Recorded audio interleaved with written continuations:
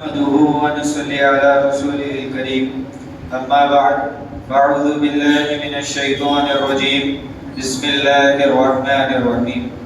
فلولا نفر من كل فرقة طائفة ليتفقهوا في الدين ولينذروا قومهم إذا رجعوا إليهم لعلهم يحذرون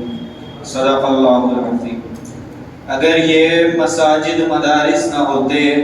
اگر یہ مساجد مدارس نہ ہوتے تو کہیں بھی جہاں میں مسلمان ہوتے،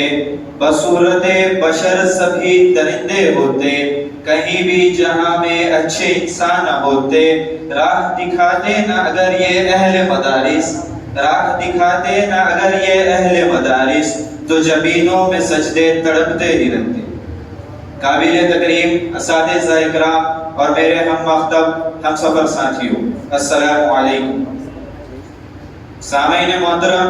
آج کی اس پروقار محفل میں بندہ جس موضوع کو تخیلات کی وادی سے نکال کر لفظوں کا جامع پہنا کر آپ کے ذہنوں میں اتار کر دل کی اس بنجر زمین کو سیراب کرنا چاہتا ہے، وہ دینی مدارس کی اہمیت و افادیت ہے۔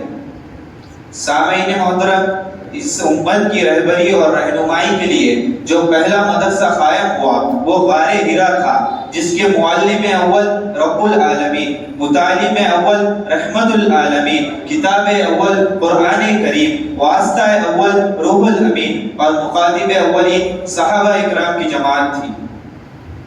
سامعین اکرام، لوگوں کا عام خیال یہ ہے کہ مدرسہ ایک مخصوص چار دیواری کا نام ہے، مدرسہ پرکشش عمارت کا نام ہے، مدرسہ شاندار عمارت کا نام ہے، اسی لیے وہ یہ سمجھ بیٹھے ہیں کہ اگر مدرسے کی عمارت کو گرا دیا جائے تو مدرسہ ختم ہو جائے گا۔ لیکن میں اس کی پرزور تردید کرتا ہوں، مدرسہ سنگ و خشک کے ڈھیر کا نام نہیں، مدرسہ فلک بوز عمارت کا نام نہیں، مدرسہ مزین و مکیف کمروں کا نام نہیں۔ اگر ایسا ہوتا تو ہم اس سادہ سے چبوترے کو مدرسہ نہیں کہہ سکتے جہاں بیٹھ کر تعلیم حاصل کرنے والوں کو اصحاب صفہ کے نام سے یاد کیا جاتا ہے۔ اگر ایسا ہوتا تو ہم دیوبند میں واقع اس انار کے درخت کے سائے کو مدرسہ نہیں کہہ سکتے جہاں بیٹھ کر محمود نامی استاد نے محمود نامی شاگرد کو تعلیم دے کر ہزاروں مدرسوں کی بنیاد رکھی تھی۔ تو آپ مجھ سے پوچھ سکتے ہیں کہ اگر ان چیزوں کا نام مدرسہ نہیں تو مدرسہ کیا ہے؟ تو میں عرض کرتا ہوں، مدرسہ تو وہ ہے جہاں انسان کو انسان بننے کی تعلیم دی جاتی ہے، جہاں اسے اعلیٰ آداب و اخلاق سکھائے جاتے ہیں، جہاں علم کی شمع اس کے سینے میں روشن کی جاتی ہے، جہاں اسے حقوق اللہ اور حقوق العباد کی ادائیگی سکھائی جاتی ہے۔ تو پھر میں کیوں نہ کہوں یہ علم و ہنر کا گہوارہ تاریخ کا وہ شہپارہ ہے، یہ علم و ہنر کا گہوارہ تاریخ کا وہ شہپارہ ہے، ہر پھول یہاں ایک شعلہ ہے، ہر سرو یہاں مینارہ ہے، کوثر یہاں دب جاتے ہیں، طوفان یہاں رک جاتے ہیں، کوثر یہاں دب جاتے ہیں، طوفان یہاں رک جاتے ہیں، اس طاق فخیری کے آگے شاہوں کے محل جھک جاتے ہیں۔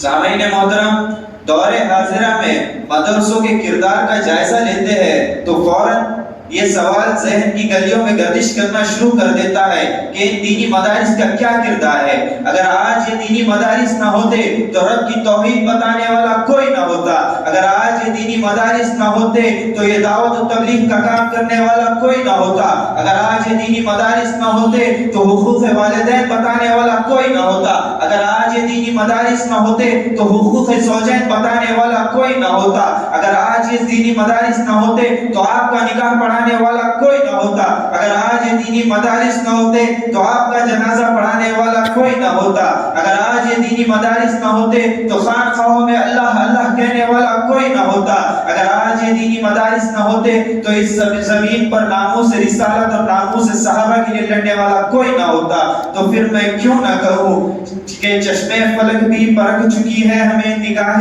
کار سے، پوشیدہ کیوں کر رہ گیا ہمارا اصل اغیار سے، وہ چشم و نگاہ کے پردے عناصر صرف نظر، سارا جہاں چمک رہا ہے ہمارے کردار سے۔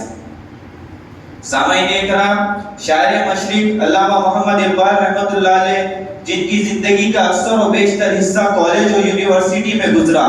ان کی قلمدانہ نگاہ کتنی دورس اور حقیقت شناس تھی. وہ فرماتے تھے ان مدارس کو انہی حالت میں رہنے دو, غریب مسلمانوں کے بچوں کو انہی مدرسوں میں پڑھنے دو. اگر یہ ملا اور مدارس نہ رہے تو جانتے ہو کیا ہوگا؟ میں اپنی آنکھوں سے دیکھ آیا ہوں. اگر آج بر صغیر کے مسلمان ان مدرسوں سے محروم ہو گئے تو بالکل اسی طرح ہوگا جس طرح اندلس میں ہوا. آج وہاں غناتا, پرتگا اور الحمرا کے کھنڈرات کے علاوہ اسلام کی کوئی نشانات نہیں ملتے. تو کیا خوب کہا ہے اس شاعر نے کہ اللہ سے کرے اگر دور تو تعلیم بھی فتنہ, املاک بھی, اولاد بھی, جاگیر بھی فتنہ. ناحق کے لیے اٹھے تو شمشیر بھی فتنہ, شمشیر کیا نعرہ تکبیر بھی فتنہ.